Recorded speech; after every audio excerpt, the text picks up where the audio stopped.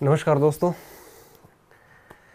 हम एक ऐसे विषय को पढ़ने जा रहे हैं जो सामान्यतः बड़े एग्ज़ाम के लिए काफ़ी महत्वपूर्ण है।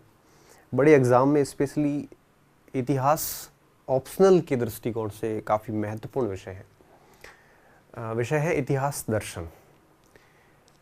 विषय नहीं कह सकते हम इसको, हम कहेंगे कि इतिहास विषय का एक भाग है जो कि मास्टरी के जो एग्ज़ाम है, स्नातकोत्तर के पीजी एमए जब हम करते हैं तो उसमें एक ही पेपर रहता है, इतिहास दर्शन, philosophy of history and historiography. साथ साथ में जब हम किसी भी राज्य के असिस्टेंट प्रोफेसर का एग्ज़ाम देते हैं कॉलेज शिक्षा में, चाहे यूनिवर्सिटीज़ में, इंटरव्यू में, तब वहाँ पे इस philosophy of history and historiography का बड़ा योगदान रहता है। अगर मैं राजस्थान की बात करूं तो राजस्थान के अंदर जो आरपीएससी अभी असिस्टेंट प्रोफेसर करवा रही है, इसमें पूरे 50 प्रश्न इसी इतिहास दर्शन विषय से रहते हैं। चूँकि ये इतना लोकप्रिय नहीं है, लोकप्रिय इसलिए नहीं है कि एक तो स्नातक के दौरान ये है नहीं बहुत सारी यूनिवर्सिटीज़ में, तो ग्रेजुएशन में है नहीं, 11th-12th में बच्चों ने देखा नहीं इसको। दूसरा, जनरल स्टडी के रूप में इनके प्रश्न पूछे नहीं जाते। ये प्रश्न हमेशा हिस्ट्री ऑप्शनल एग्ज़ाम जो है, चाहे नेट हो, सेट हो या फिर असिस्टेंट प्रोफेसर हो, उस लेवल तक पूछे जाते हैं, इसलिए हर स्टूडेंट इसको पढ़ता नहीं है। तो ये विषय, ये भाग जो है, ये इतिहास का जो ये सेगमेंट है, यह सेगमेंट केवल उन विद्यार्थियों के लिए है जो हिस्ट्री ऑप्शनल को लेके कुछ अच्छा करना चाहते हैं, यूनिवर्सिटी शिक्षा वगैरह में जाना चाहता है, हायर एजुकेशन में जाना चाहता है, उसके लिए ये विषय या ये सेगमेंट रखा गया है यूनिवर्सिटी के द्वारा। चूँकि हम लोगों ने भी इसको स्टार्टिंग में बहुत कम पढ़ा था, तो बाद में एक कमी खलती थी कि इतिहास का ये पोर्शन, ये सेगमेंट हमें कम आता है। तो बाद में धीरे धीरे मुझे जब करीबन 3-4 महीने पहले जब इस सेगमेंट को देखा मैंने, क्योंकि जब आरपीएससी ने पाठ्यक्रम चेंज किया था तो ये सेगमेंट नया डाला था इन्होंने। पहले था लेकिन उसमें ज़्यादा टॉपिक थे नहीं। तो जब इन्होंने नया सेगमेंट डाला तो मैंने जब वो पाठ्यक्रम देखा तो लगा कि इसमें बहुत सारे ऐसे टॉपिक है जो हमें या तो धुंधले पड़े हुए या पड़े हुए नहीं है। और चूंकि हम इतिहास के एक प्रकार से एक बड़े पद पे हैं, तो फिर हमारा एक कर्तव्य बनता है कि हमारे विषय का कोई भी सेगमेंट कमज़ोर नहीं होना चाहिए। तो इस उद्देश्य को ध्यान में रखते हुए मार्च-अप्रैल के दौरान मैंने करीबन 8-10 पुस्तकें मंगवाई इस सेगमेंट की। कौलेश्वर राय की, परमानंद सिंह की, शेख अली की, ईसी कार की, जीसी पांडे, झारखंड चौबे, है ना, श्रीवास्तव की, ऐसी बहुत सारी किताबें, करीबन 10-12 किताबें मैंने इस हेतु मंगवाई कि मैं इस दर्शन के भाग को अच्छे से पढ़ सकूं, समझ सकूं और विद्यार्थियों को भी एमए में पढ़ा सकूं और आगे भी किसी लेवल में पढ़ा सकूं। तब मैंने इस लॉकडाउन में उन पुस्तकों का जब अध्ययन किया तो मुझे लगा कि ये बड़ा प्यारा विषय है, बड़ा प्यारा सेगमेंट है। हालांकि छोटी की कक्षाओं में था नहीं इसलिए लोकप्रिय रहा नहीं, लेकिन बड़ा इंटरेस्टिंग, और अब मानता हूँ कि यह इतिहास के हर विद्यार्थी को पढ़ाना चाहिए ताकि उसकी इतिहास के प्रति सोच डेवलप हो सके, वो इतिहास को अच्छे से समझ सके। इस हेतु इस भाग को अच्छा करना बहुत ज़रूरी है। तो फिर मैंने इन सारी पुस्तकों को पढ़ने के बाद एक निष्कर्ष निकाला कि मैं इस पूरे इतिहास दर्शन को कंप्लीट रेडी करूँगा, और चूँकि मैं इसके वीडियोस भी बनाऊँगा और सारी चीज़ें करूँगा इसमें, ठीक है। मुझे करीबन 20-30 दिन लगेंगे, ये सारी सीरीज़ मैं पूरी कर लूँगा। अब यहाँ पे एक और बात, चूँकि ये पोर्शन केवल, जैसा कि मैंने बताया, हिस्ट्री ऑप्शनल स्टूडेंट के लिए ही काम का है, सभी विद्यार्थियों के लिए काम का नहीं है, इसलिए मैं इस सेक्शन को यूट्यूब पर नहीं डालूँगा। इस सेक्शन को मुझे एप्लीकेशन पे डालना पड़ेगा एक पेड कोर्स के रूप में। मेरी मजबूरी है, मुझे करना पड़ेगा ऐसा, क्योंकि ये भाग काफ़ी मेहनत करवाएगा और बहुत सारे एक्सपेंसेस भी मुझे उठाने पड़ेंगे इस हेतु। तो मैं इसको पेड कोर्स के रूप में डाल दूंगा और करीबन जुलाई 1st वीक में ये कोर्स मैं ओपन कर दूंगा। फिर आप उसको अब डेली अगर 1 घंटा इन्वेस्ट करोगे तो निश्चित रूप से 15-20 दिन के अंदर आपका इतिहास दर्शन बहुत अच्छा हो जाएगा। और आगे जो सितंबर में कॉलेज असिस्टेंट प्रोफेसर के एग्ज़ाम है, उसमें निस्संदेह आपको बेहद फ़ायदा होने वाला है। तो उस सारे उद्देश्यों को ध्यान में रखते हुए इस पोर्शन को मैं आपके सामने ला रहा हूँ। उम्मीद करता हूँ मुझे आपका निश्चित रूप से समर्थन मिलेगा। मैं पूरा प्रयास करूँगा कि आपकी एक सोच जो है वो इतिहास दर्शन से संबंधित डेवलप कर सकूँ, इस विषय को आपको अच्छे से समझा सकूँ। इस विषय को शुरू करने से पहले मैं बता देना चाहता हूँ कि यह विषय इतना जटिल नहीं है, लेकिन इस विषय को समझने के लिए एक शांत दिमाग, एकांत, ये सारी चीज़ें बहुत ज़रूरी है। अगर आप ये सोच के चलोगे कि मैं सॉन्ग सुनते सुनते इस विषय को समझ लूँगा या बातें करते करते हम इसको इतिहास के अन्य सेगमेंट की तरह हम पार्ट्स पढ़ लेंगे, तो पॉसिबल नहीं है। क्यों? इसको समझने के लिए हमें बिल्कुल शांत चित्त हो कि एक एक चीज़ को 3-3 बार 4-4 बार सोचना पड़ेगा, समझना पड़ेगा, तब जाके हम इस विषय को अच्छी तरीके से कर पाएंगे। तो शुरुआत करते हैं इस अच्छे कार्य की। उससे पहले सबसे पहले थोड़ा सिलेबस डिस्कस कर लेते हैं और उसके बाद इसको हम शुरू करते हैं। तो अगर मैं सिलेबस की बात करूं तो असिस्टेंट प्रोफेसर राजस्थान के अंदर जो अभी वैकेंसी चल रही है, जिसका सितंबर-अक्टूबर में एग्ज़ाम है, उसका सिलेबस मैं लेके आया हूँ। मोस्टली हर एग्ज़ाम में यही सिलेबस रहता है इसका। तो इतिहास दर्शन, सबसे पहली चीज़ कि इतिहास दर्शन है क्या। सबसे पहले तो हम ये समझेंगे कि इतिहास दर्शन क्या है और उसके बाद देखेंगे इसकी शाखाएं कौन कौन सी है। तो देखो विद्यार्थियों, इतिहास दर्शन क्या है ये मैं बाद में आगे समझाता हूँ आपको। इसकी 2 शाखाएं हैं। एक आपके स्पेकुलेटिव, जिसे अपन परिकल्पनात्मक दर्शन कहते हैं, जिसे आप प्राचीन शाखा भी कह सकते हो, इसे कल्पनात्मक शाखा दर्शन भी कह सकते हो। सामान्य किताबों में कई बार सट्टा दर्शन भी लिखा हुआ आता है, तो बहुत सारे नाम हैं। तो कंसेप्चुअल भी हम कह सकते हैं।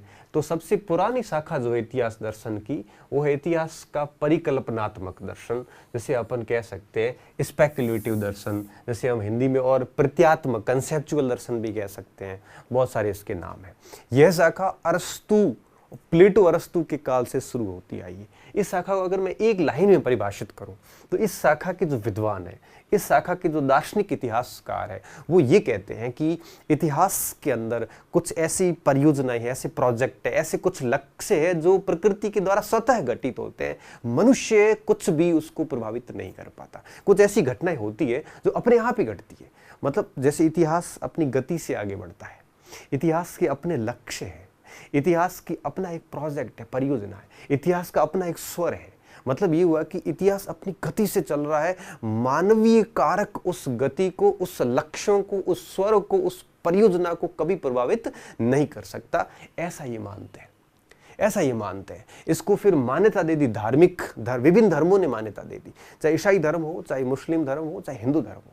सभी धर्मों ने यही कहा है कि ये चीज़ें जो है स्वतः ही घटित होती है। जैसे भारतीय धर्म की मैं बात करूँ, सनातन संस्कृति कहती है यदा यदा ये धर्मस्य ग्लानिर्भवति भारते, कि जब जब धर्म पर संकट आएगा तब तब कोई न कोई अवतार लेगा। यूनानी दर्शन भी यही कहता है, चक्रीय सिद्धांत देता है। मतलब ये हुआ कि सारी चीज़ें जो है सृष्टि के द्वारा नियत है और उस हिसाब से काम चल रहा है, ऐसा ये दर्शन कहता है। और इस दर्शन को आगे बढ़ाने का जो काम किया वो फिर आपके इन सारे लोगों ने किया। Barni, Fazal, Vico, Herder, Hegel, Marx, Spengler, Toynbee, Fukuyama, Majumdar और अशरफ वगैरह और जदुनाथ सरकार, ये सारे के सारे, हेरोडोटस भी, रांके भी था इसके अंदर, कन्फ्यूशियस भी इसके अंदर था। ये बहुत सारे विद्वान जितने भी थे, तो ये सारे लोगों ने इस परिकल्पनात्मक दर्शन को विकसित किया था। यह आपके इस इतिहास दर्शन की प्राचीनतम और पहली शाखा है। उसके बाद में इतिहास दर्शन की दूसरी शाखा आती है, जैसे हम कहते हैं विश्लेषणात्मक दर्शन, या ऐसे आप एनालिटिकल, जिसे अपन क्रिटिकल कह सकते हैं, एनालिटिकल कह सकते हैं, उस टाइप का दर्शन जो इस पर विश्वास न करके, ईश्वरीय तत्वों पर विश्वास न करके, ये दर्शन ये कहता है कि इतिहास का एक सार है, सारी चीज़ें ईश्वरीय घटनाओं से नहीं है। ये आलोचनात्मक दृष्टिकोण है, ये वैज्ञानिक तरीके से इतिहास का अध्ययन करता है।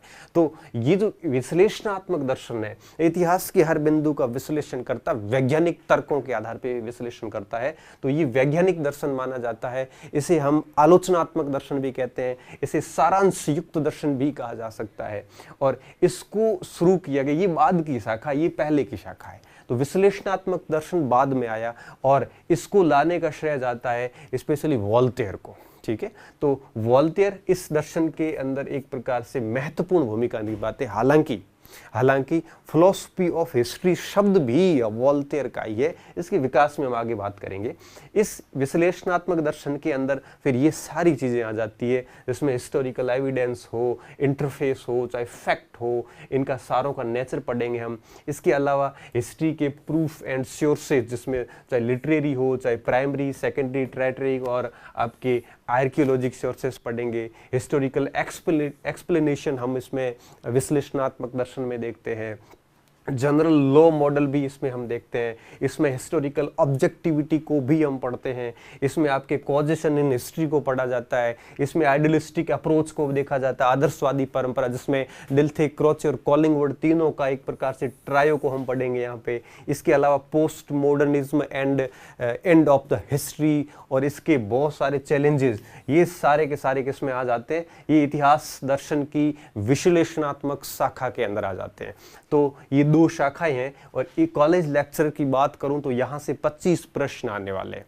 कितने प्रश्न आएंगे? एग्जैक्टली 25 प्रश्न आएंगे यहां से, जो कि चयन में बहुत बड़ी भूमिका निभाते हैं। तो ये 25 प्रश्न इस पोर्शन से आने वाले। आगे देखिए, दूसरा जो भाग है वो है इतिहास लेखन का, जिसे हम कहते हैं हिस्टोरियोग्राफी।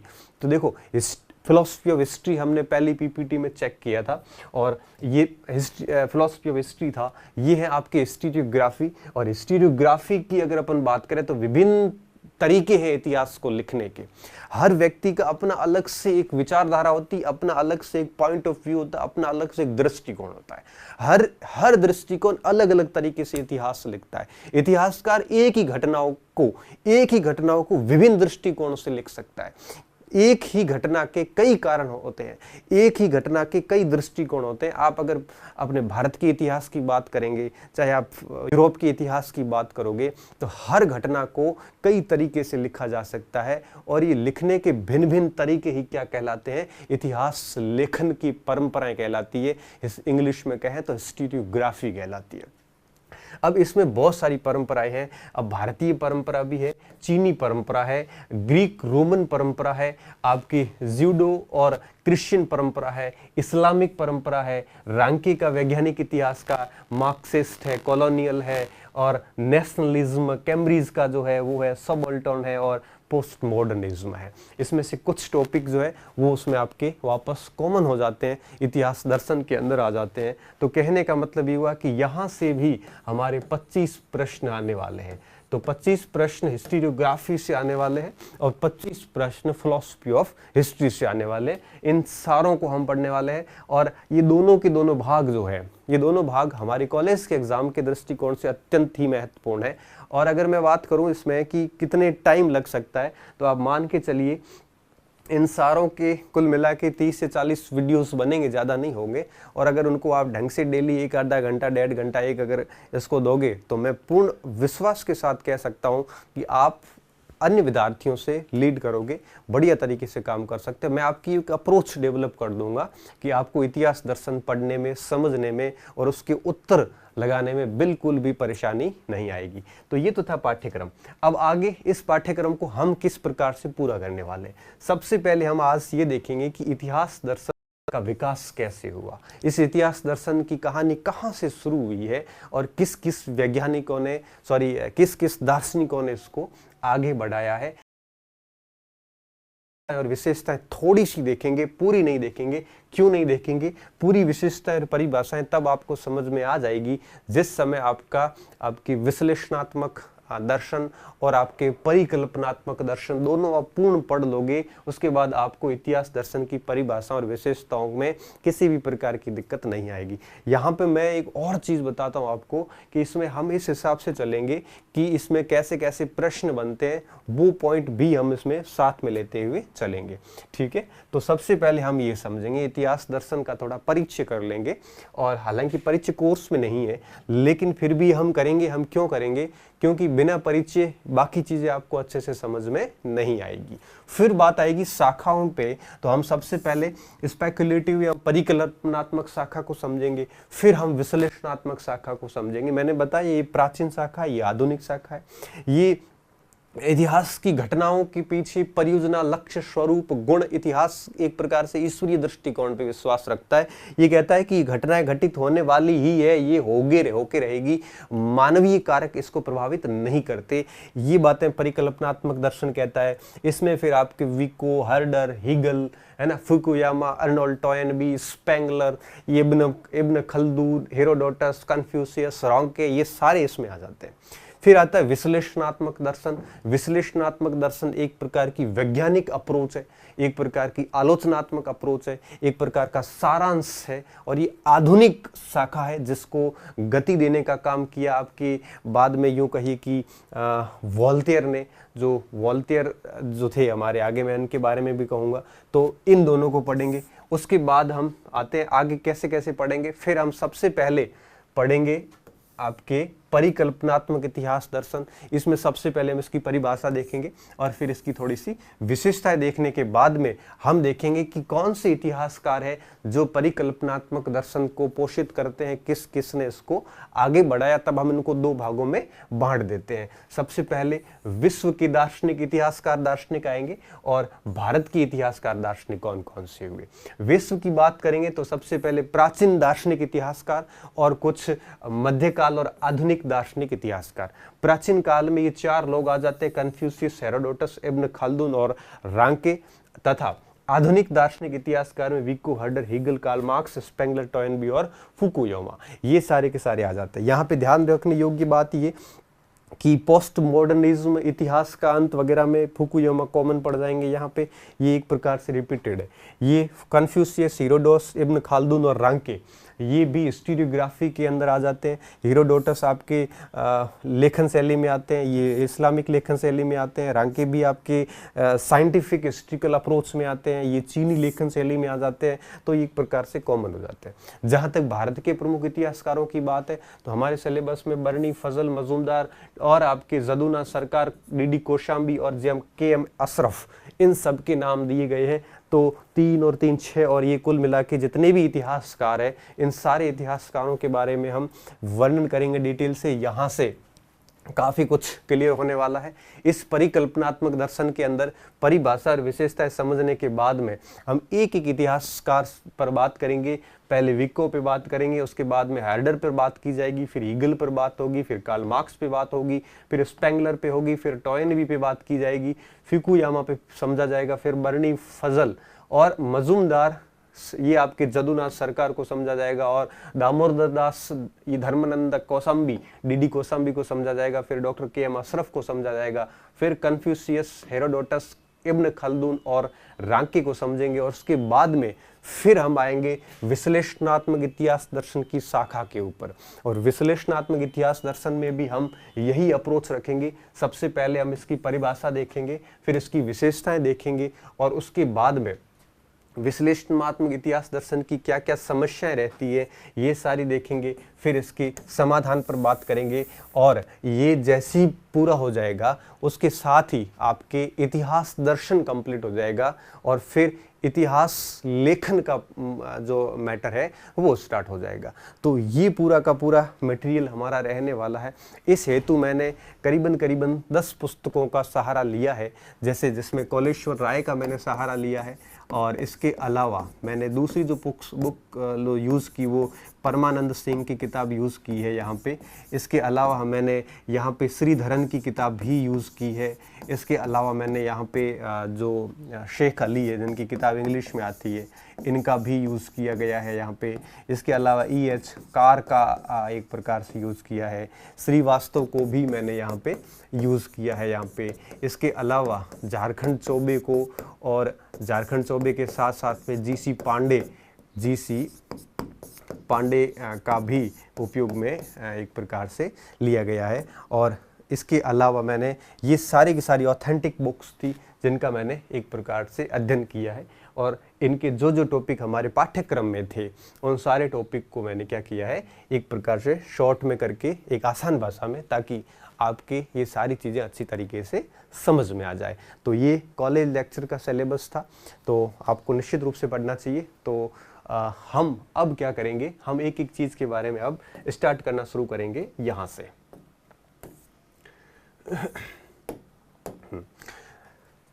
अब देखिए, सबसे पहली चीज कि इतिहास दर्शन है क्या। इतिहास दर्शन की अगर अपन बात करें तो इतिहास है क्या, सबसे पहले हमें समझना पड़ेगा कि इतिहास क्या है।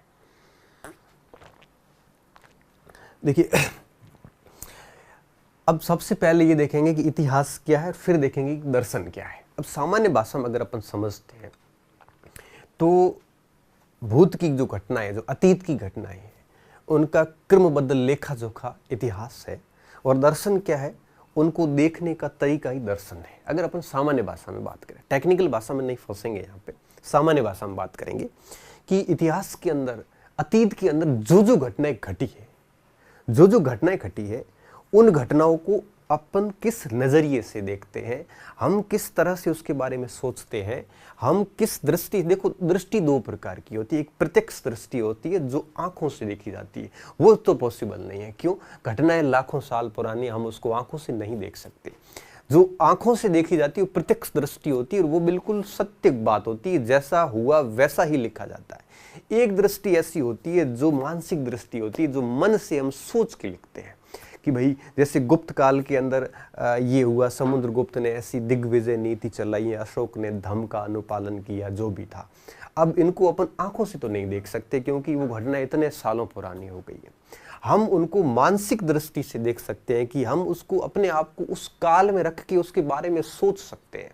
तो इतिहास की जो, अतीत की जो घटनाएं हैं, उन घटनाओं को हम अगर इस मानसिक मस्तिष्क को एक प्रकार से मस्तिष्क की सहायता से देखने का अगर प्रयास करते हैं तो इतिहास दर्शन विकसित हो जाता है। तो इतिहास दर्शन विकसित हुआ कैसे?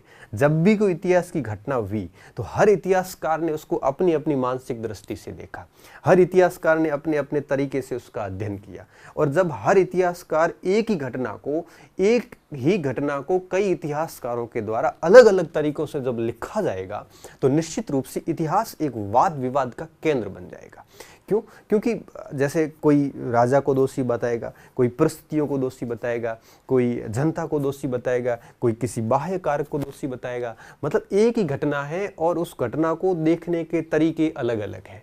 भिन्न भिन्न इतिहासकार उसको भिन्न भिन्न तरीकों से देख रहा है। और जब भिन्न भिन्न तरीकों से भिन्न भिन्न इतिहासकार जब देखते हैं तो यहाँ पे वाद विवाद उत्पन्न हो जाता है। देखो, कोई साइंस तो है नहीं। साइंस में क्या होता है? साइंस में हम कोई वाद विवाद उत्पन्न होता है तो हम उसको लेबोरेटरी में जाके और उस प्रयोगशाला में जाके प्रयोग करके सिद्ध कर देंगे तो सारी चीज़ें क्लियर हो जाएगी। और फिर उस जो प्रयोगशाला में सिद्ध किया जाएगा वो सारी चीज़ें, दुनिया पूरी उस बात को मानेगी। इतिहास में ऐसा संभव नहीं है। इतिहास में प्रयोग किया नहीं जा सकता। इतिहास बाह्य जगत नहीं है, इतिहास अंतर जगत की बात है, हमारी अंतर्दृष्टि की बात है कि हम उसको किस हिसाब से सोचते हैं। तो प्रयोग तो कर नहीं सकते। तब क्या हुआ कि हम प्रयोग नहीं कर सकते, तब हमने विभिन्न सिद्धांतों का प्रयोग किया। विभिन्न सिद्धांतों के द्वारा उन घटनाओं का एक्सप्लेनेशन करना शुरू किया जो विवादित हो गई थी। एक एक घटना कई इतिहासकारों के द्वारा कई प्रकार से व्याख्या की गई उसकी। इन विवादों को सुलझाने के लिए इतिहास में प्रयोग की बजाय सिद्धांतों का उपयोग किया गया। और ये सिद्धांत जो है, यही सिद्धांत एक टाइप से यूं कहिए कि इतिहास दर्शन के आधार है। और इन्हीं सिद्धांतों के बेस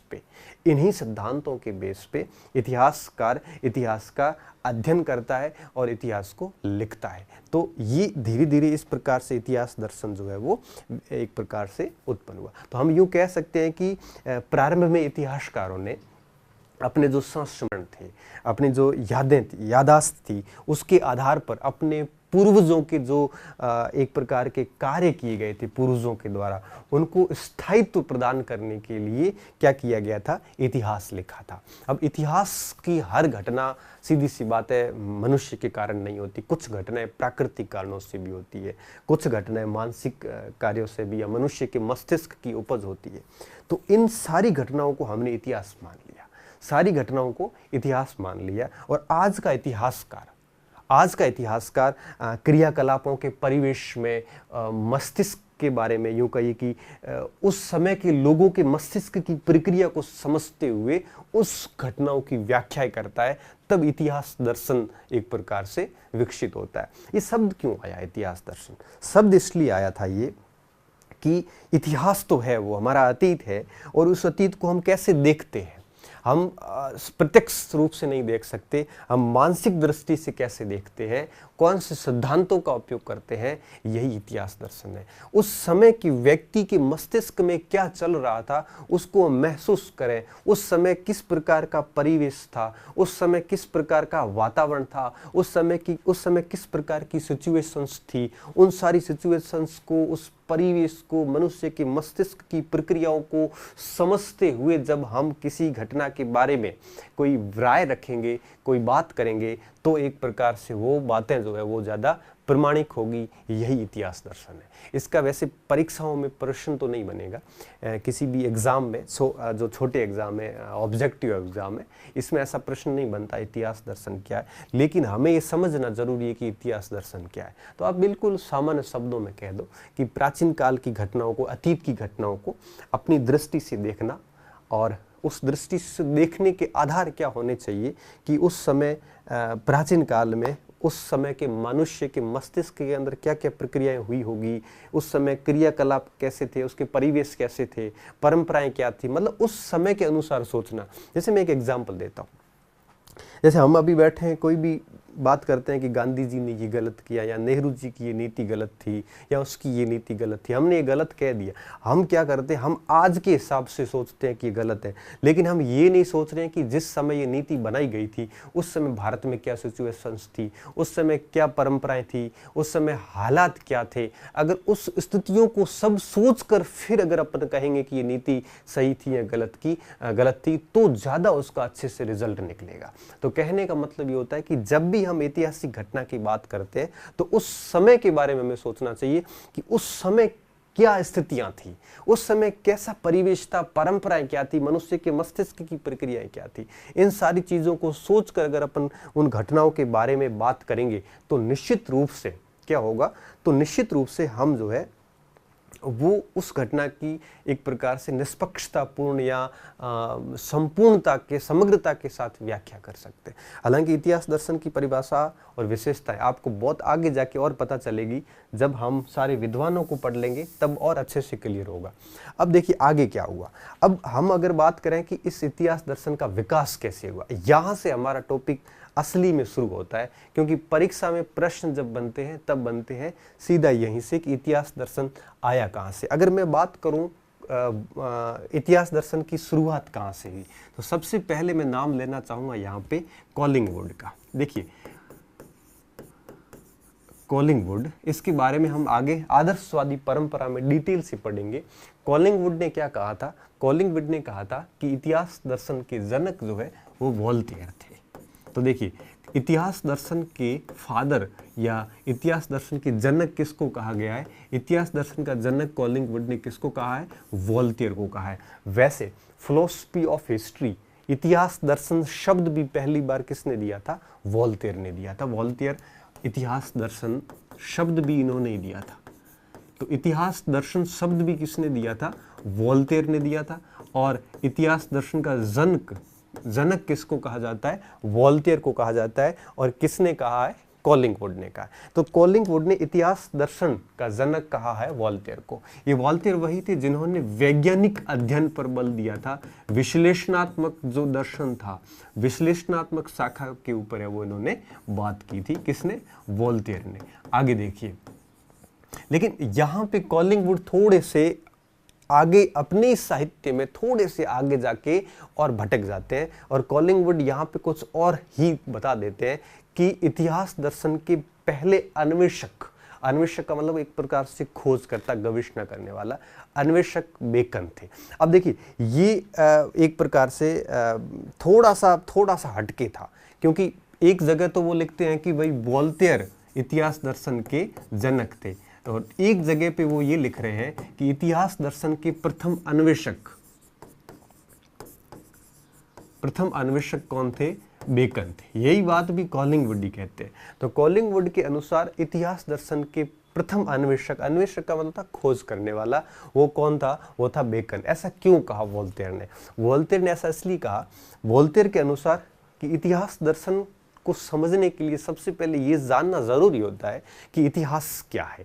ये जानना जरूरी होता है कि इतिहास क्या है, और इतिहास क्या है ये एक बड़ा प्रश्न था उस समय। और इस प्रश्न का उत्तर किसने दिया था? इस प्रश्न का उत्तर दिया था पहली बार बेकन ने। इतिहास क्या है, इस प्रश्न का उत्तर पहली बार बेकन ने दिया था और इसी कारण कॉलिंगवुड ने बेकन को इतिहास दर्शन का प्रथम अन्वेषक माना है। ये भी बात अच्छे तरीके से ध्यान रखना कि इतिहास क्या है, तो इसका उत्तर देने का काम पहली बार किसने किया था?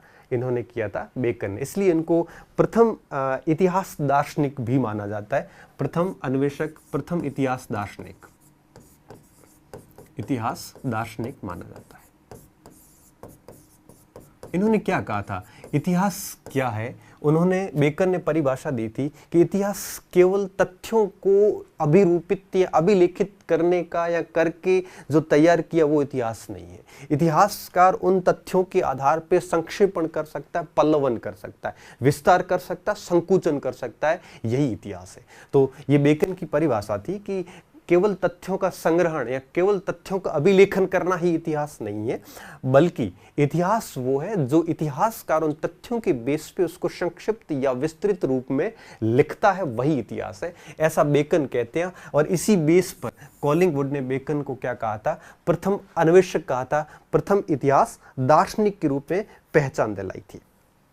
दूसरा, एक आगे थोड़ा और चलते हैं तो एक इतिहासकार वॉल्स का नाम आता है, प्रोफेसर वॉल्स का नाम आता है। वॉल्स क्या कहते हैं? वॉल्स थोड़ा सा भिन्न कहते हैं।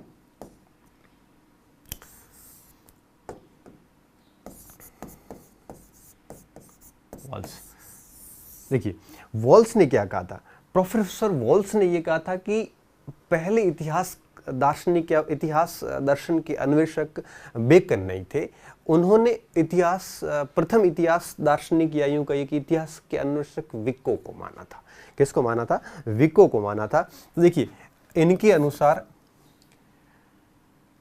इतिहास दर्शन के अन्वेषक कौन थे? इतिहास दर्शन के अन्वेषक विको।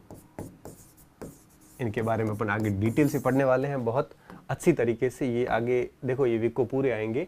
ये जियोबाटिस्टा विको इटली के थे। इनके बारे में हम बहुत डिटेल से आगे समझने वाले। अभी खाली इतना समझ लीजिए कि वॉल्स ने क्या कहा था।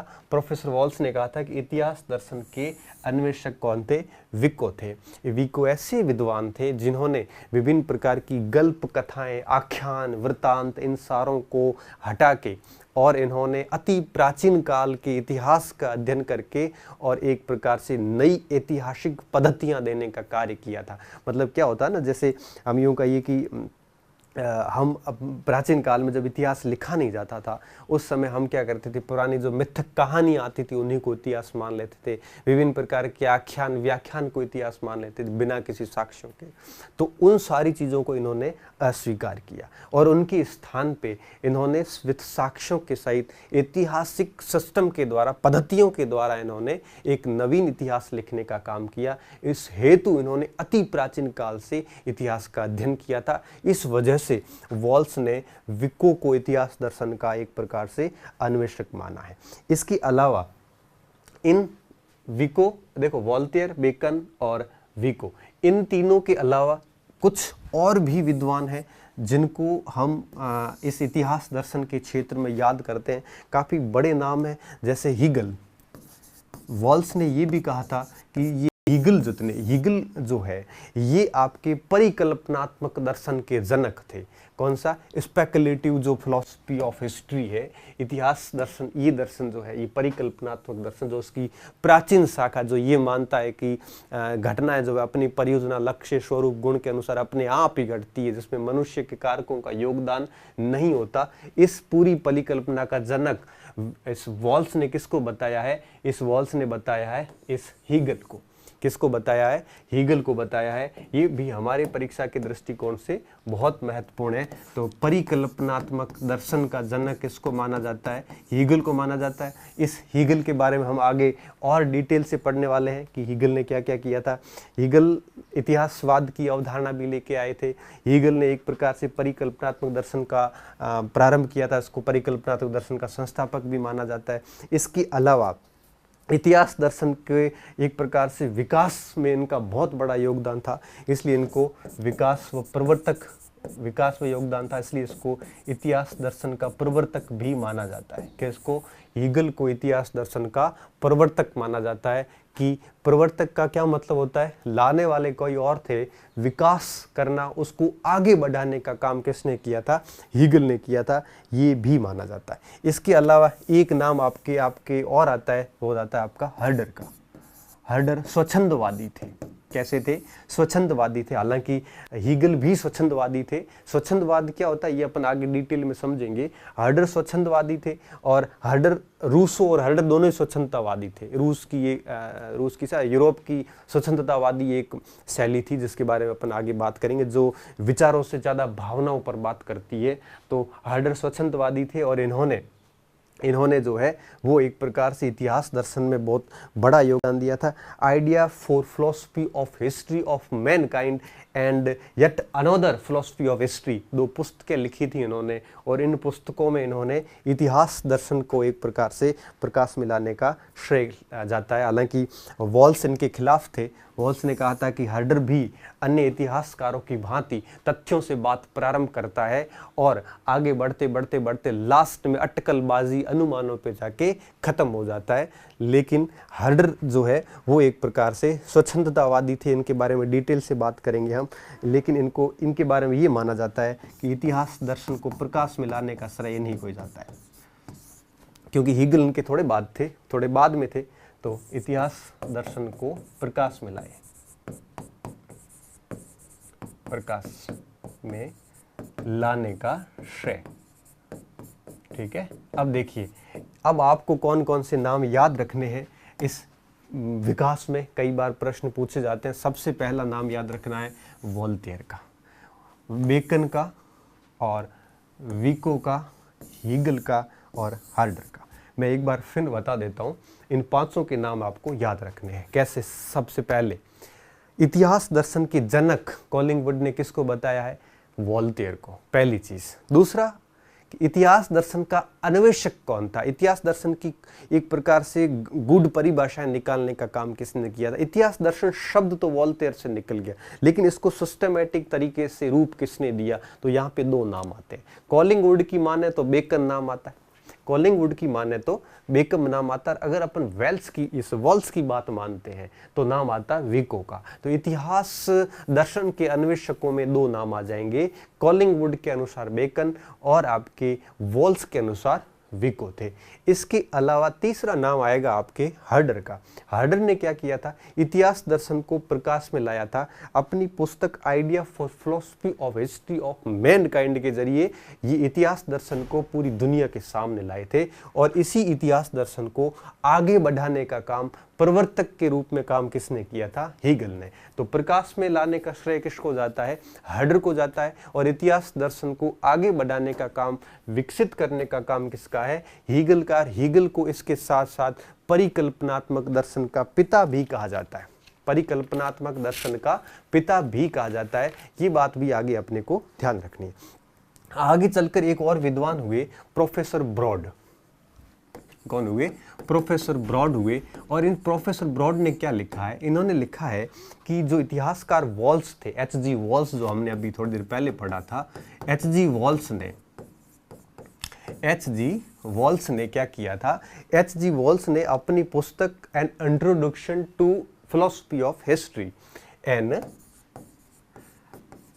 Introduction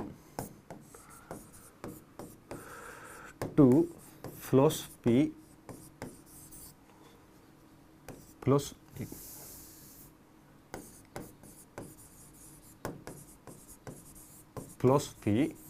of history. इस पुस्तक में वॉल्स ने क्या किया था? इस पूरी इतिहास दर्शन को 2 शाखाओं में विभाजित किया। तो ध्यान रखना, इतिहास दर्शन की जो ये दोनों शाखाएं थी, अभी परिकल्पनात्मक और विश्लेषणात्मक, ये दोनों शाखाओं का विभाजन पहली बार किसने किया था? वॉल्स ने किया था। एच.जी. वॉल्स ने an introduction to philosophy of history पुस्तक के अंदर। तो परिकल्पनात्मक और दूसरा कौन सा? विश्लेषणात्मक। ये दोनों विभाजन पहली बार किसने किए थे? एच.जी. वॉल्स ने अपनी पुस्तक an introduction to philosophy of history. कौन कह रहा है ये बात? प्रोफेसर ब्रॉड कह रहे हैं। तो इन्होंने इसको विभाजित किया। तो अब देखिए, अभी हम क्या चीज़ें समझ चुके हैं, अभी हम समझ चुके हैं कि इतिहास दर्शन क्या होता है। तो इतिहास की घटनाओं को उसी समय के अनुसार सोचना, उसी समय के अनुसार मानसिक दृष्टि से देखना और फिर उसका निष्कर्ष निकालना इतिहास दर्शन है। चूंकि विज्ञान नहीं है, ये इतिहास से प्रयोग करने संभव नहीं, इसलिए हम विभिन्न प्रकार के सिद्धांतों का, विभिन्न प्रकार की धारणाओं का सहारा लेते हैं। तो फिर ये इतिहास दर्शन क्या, ये परिभाषा होगी। फिर इसका बात आती विकास कैसे हुआ। तो वॉल्टेयर ने इतिहास दर्शन शब्द दिया कॉलिंगवुड के अनुसार। फिर कॉलिंगवुड आगे कहते हैं कि बेकन प्रथम इतिहास दर्शन के अन्वेषक थे, लेकिन वॉल्स क्या कहते हैं कि विको प्रथम अन्वेषक थे। फिर आपके हर्डर का नाम आता है। हर्डर ने क्या किया, हर्डर ने अपनी पुस्तक के अंदर, जिसका मैंने नाम बताया, अपनी पुस्तक के अंदर उसने इस पूरे इतिहास दर्शन को एक प्रकार से प्रकाश में लाने का कार्य किया। और फिर आपके आगे हीगल ने उस दर्शन को, इस इतिहास दर्शन को विकसित या यूं कहिए कि आगे परिवर्तित करने का काम किया। तो इतिहास दर्शन का प्रवर्तक किसे माना जाता है, हीगल को माना जाता है। यह हीगल आपके परिकल्पनात्मक दर्शन का एक प्रकार से पोषक था, उसके ऊपर वो विश्वास करता है। ये विकास हो गया। उसके बाद में प्रोफेसर ब्रॉड कहते हैं कि जो वॉल्स थे, एच जी वॉल्स, इस वॉल्स ने इस पूरे इतिहास दर्शन की दो शाखाएं बताई थी, एक विश्लेषणात्मक शाखा जो आधुनिक है और एक परिकल्पनात्मक शाखा जो प्राचीन है। ये दोनों शाखाएं बताई और फिर पूरा इतिहास दर्शन दो शाखाओं में विभाजित हो गया। अब अपन आते हैं इस इतिहास दर्शन की पहली शाखा के ऊपर, और इतिहास दर्शन की पहली शाखा कौन सी आएगी, आपके परिकल्पनात्मक शाखा।